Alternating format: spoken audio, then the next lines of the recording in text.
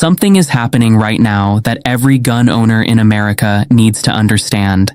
And it comes down to one simple but powerful truth.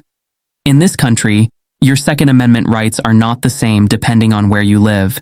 They are not even close to the same. The state you call home determines everything.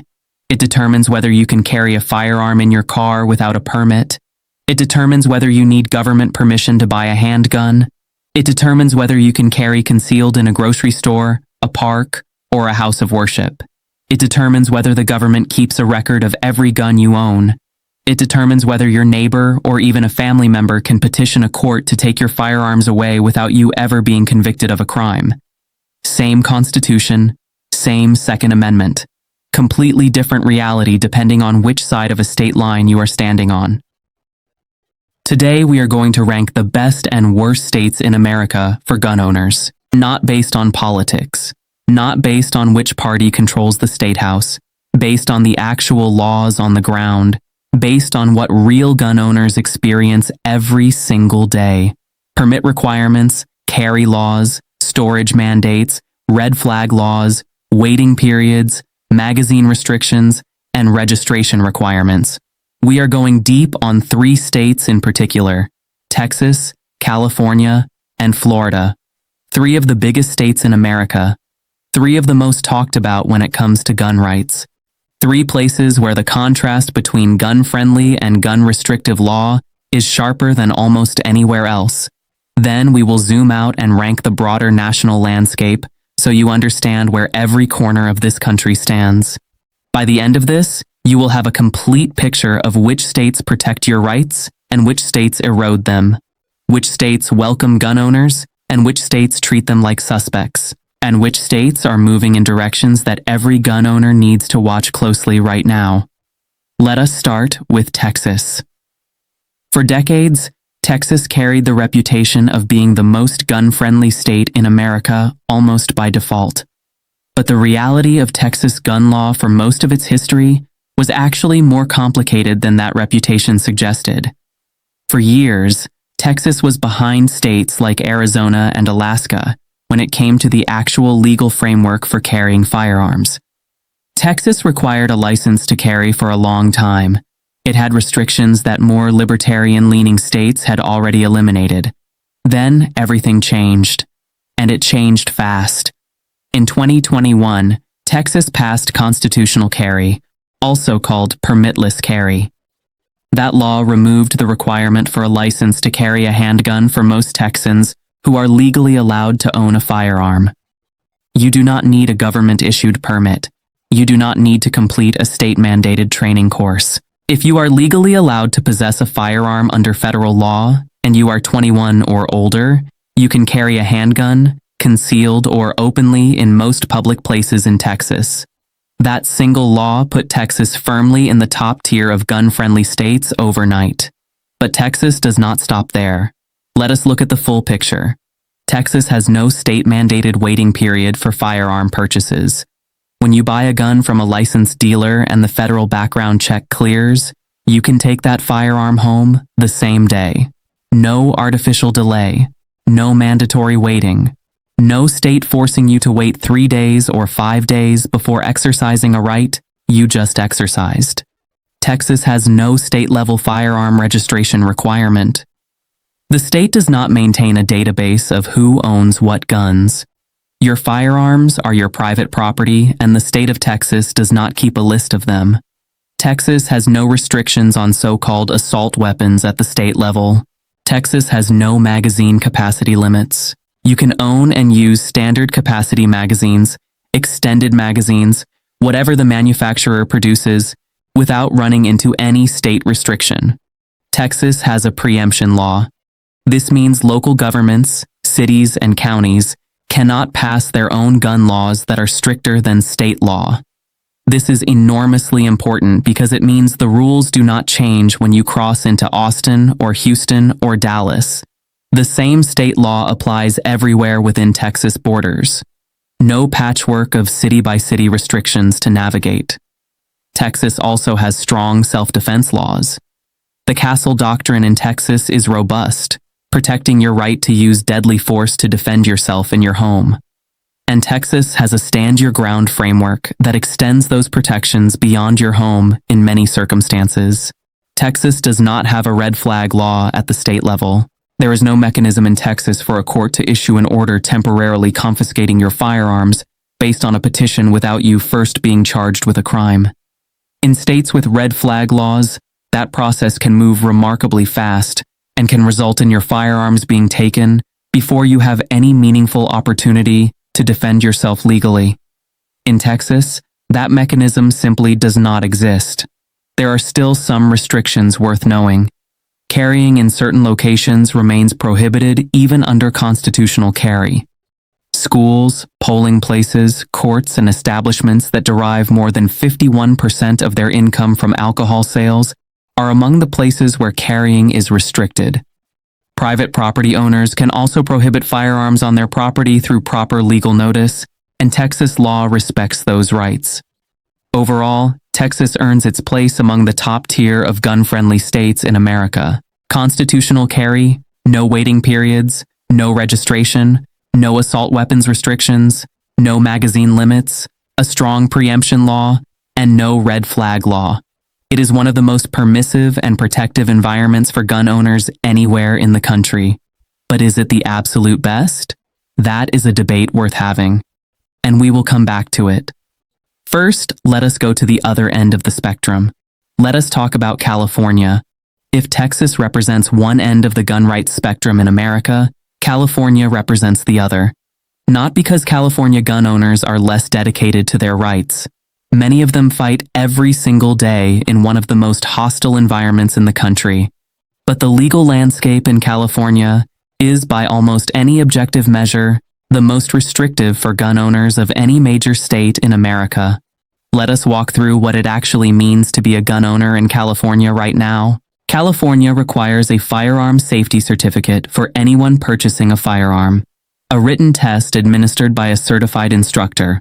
You must pass it before you can complete a purchase.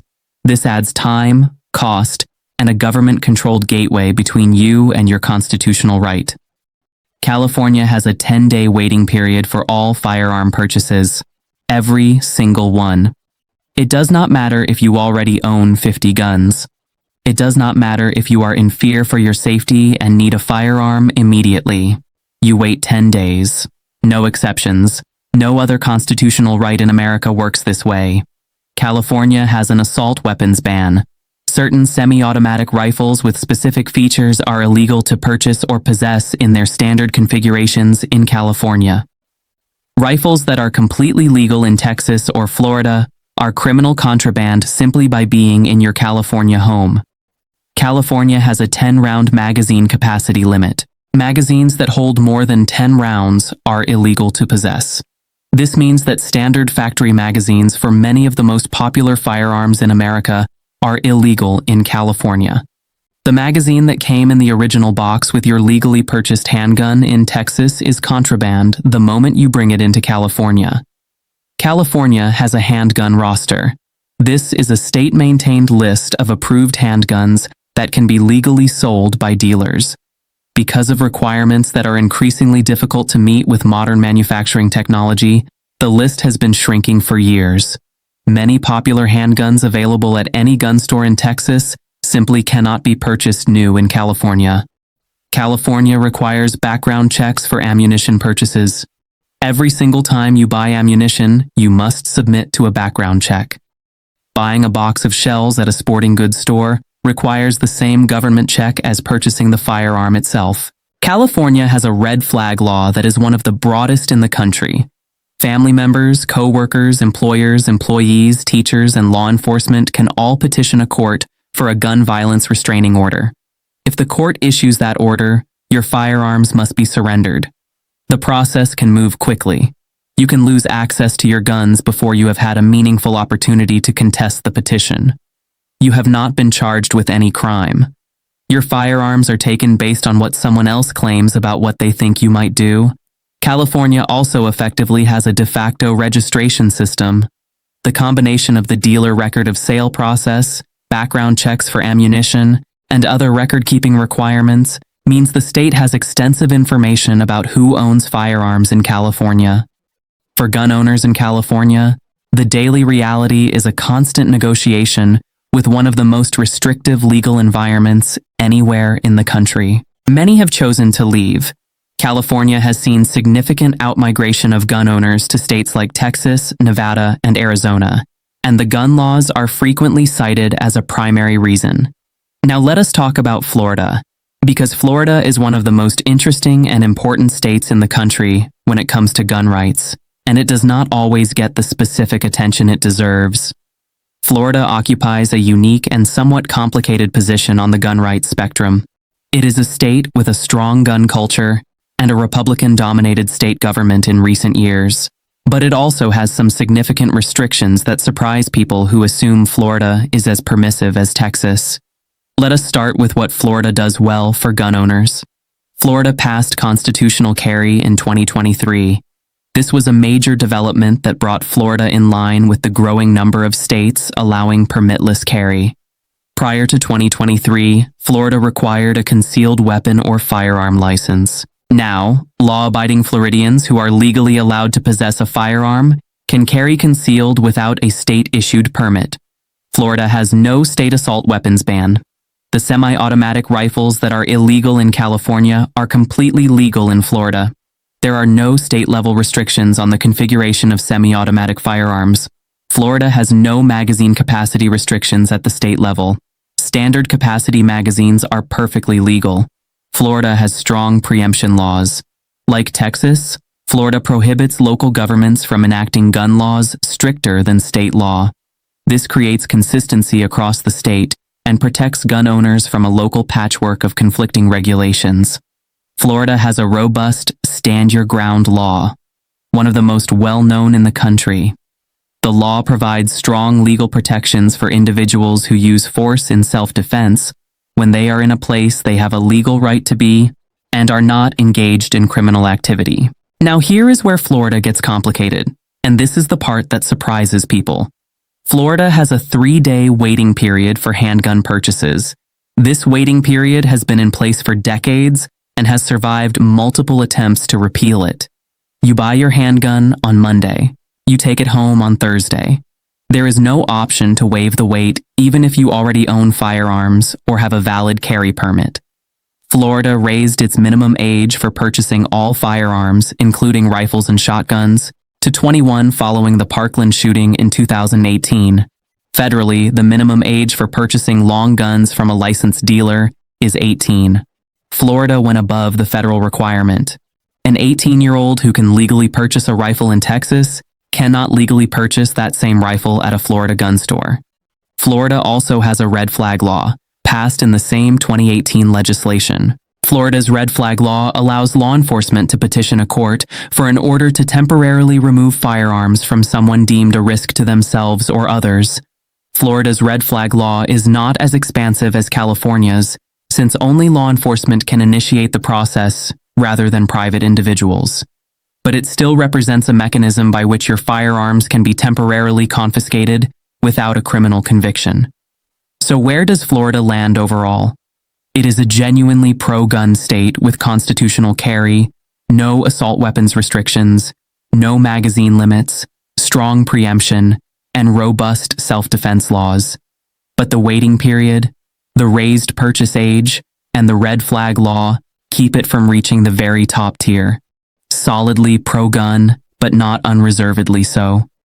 Now let us zoom out and look at the broader national landscape, because there are 47 other states, and you need to understand where they fall. At the very top of the list, the states offering the most complete and unencumbered gun rights in America, you find Arizona, Alaska, Wyoming, Montana, Idaho, and Kansas.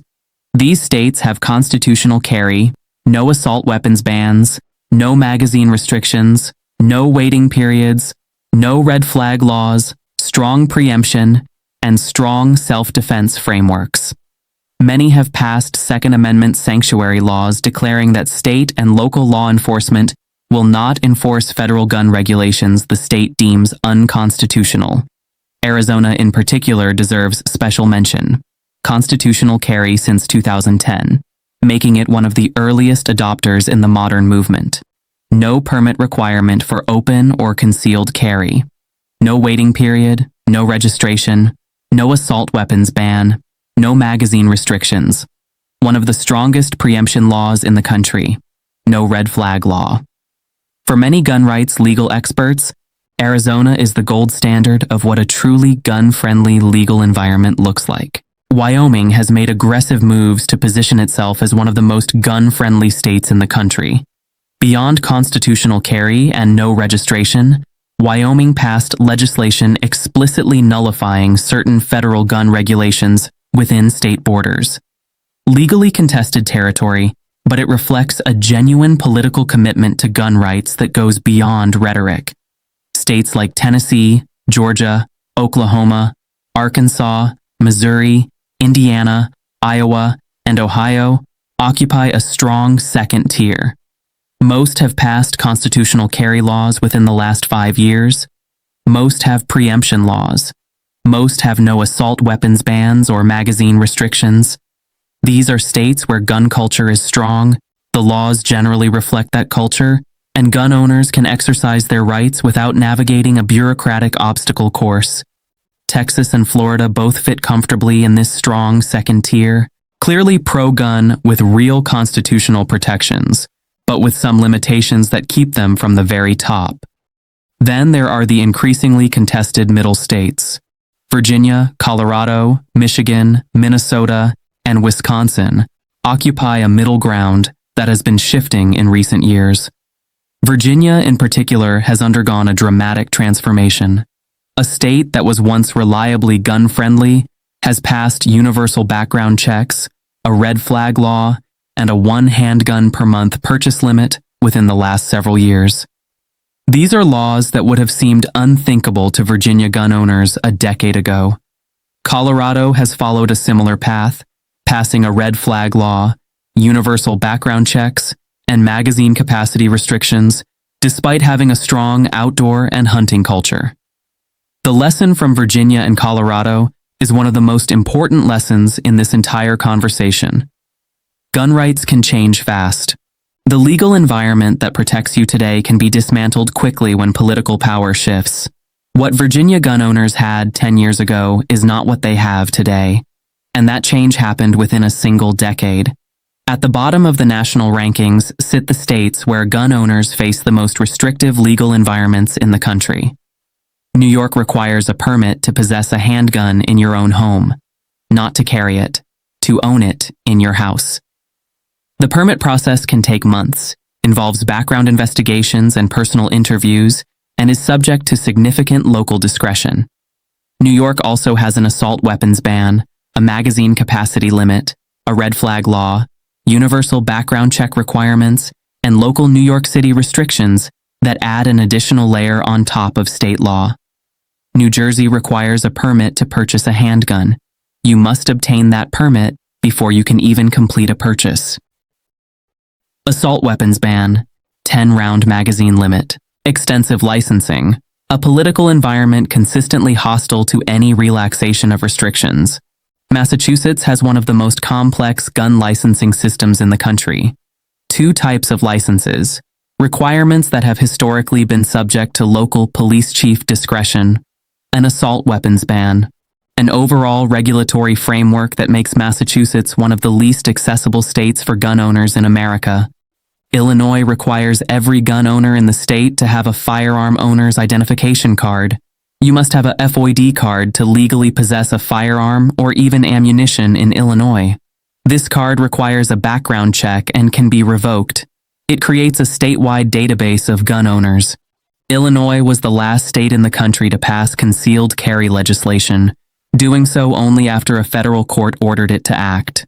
Hawaii rounds out the bottom tier with permit requirements, registration, and geographic isolation that creates additional practical challenges for gun owners dealing with firearm transfers and shipping. Now let us do the final rankings clearly and completely. Top tier, the best states for gun owners right now: Arizona, Alaska, Wyoming, Montana, Idaho, and Kansas.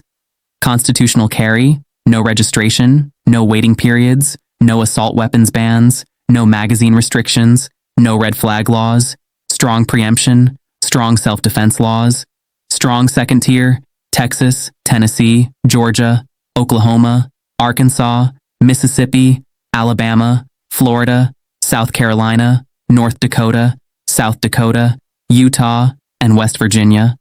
Clearly pro-gun environments with constitutional carry and most key protections in place, with minor limitations in some states.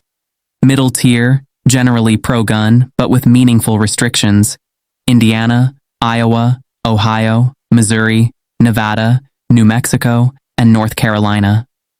Moving in pro-gun directions, but retain some notable limitations. Increasingly restrictive tier, states with growing regulatory burdens where the trend line is moving the wrong way for gun owners. Virginia, Colorado, Michigan, Minnesota, Wisconsin, Washington State, and Oregon. Highly restrictive tier, Illinois, Connecticut, Delaware, and Rhode Island.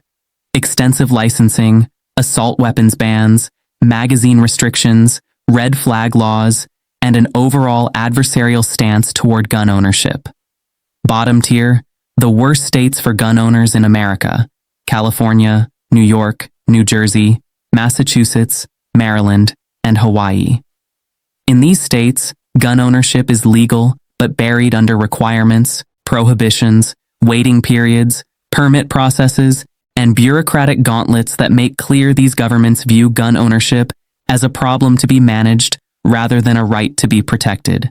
Here is what all of this adds up to. The practical meaning of the Second Amendment in America in 2026 depends almost entirely on your zip code. A gun owner in Arizona and a gun owner in New Jersey both have the same constitutional right on paper. In practice, they live in completely different legal universes. The trend over the last decade has been toward more gun-friendly laws in red states and more restrictive laws in blue states. Constitutional carry has spread from a handful of states to more than half the country in roughly 15 years. That is a remarkable and rapid change.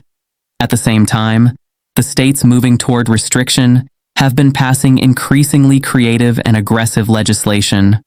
Red flag laws have spread to more than 20 states. Universal background check requirements have expanded. Age restrictions have increased. New liability frameworks targeting firearms manufacturers are being tested. The divergence between the most gun-friendly and the most restrictive states is growing, and it is growing faster than at almost any previous point in American history. This creates a country where millions of gun owners are essentially making a calculation every time they consider where to live, where to work, and where to raise their families. That calculation increasingly includes the question of what their government thinks of their constitutional rights. And in many states, the answer that government is giving is not a flattering one.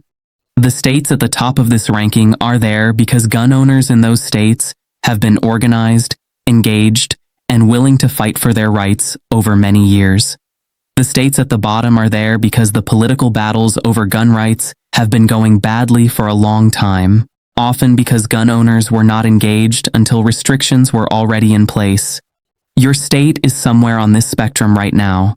The question is not just where it stands today. The question is which direction it is moving. And the answer to that question depends significantly on whether gun owners in those states decide to show up and fight, or assume that what they have today will still be there tomorrow. Texas, California, Florida, Arizona, New York, and everywhere in between. The map of gun rights in America is drawn in law, in courtrooms, in legislative chambers, and ultimately in the choices made by the people who live in these states and decide what relationship they want with their government and with their constitutional rights. Now you know exactly where every state stands. You know which states protect you and which ones burden you. You know which states are moving in the right direction and which ones are moving the wrong way fast. What you do with that information is entirely up to you.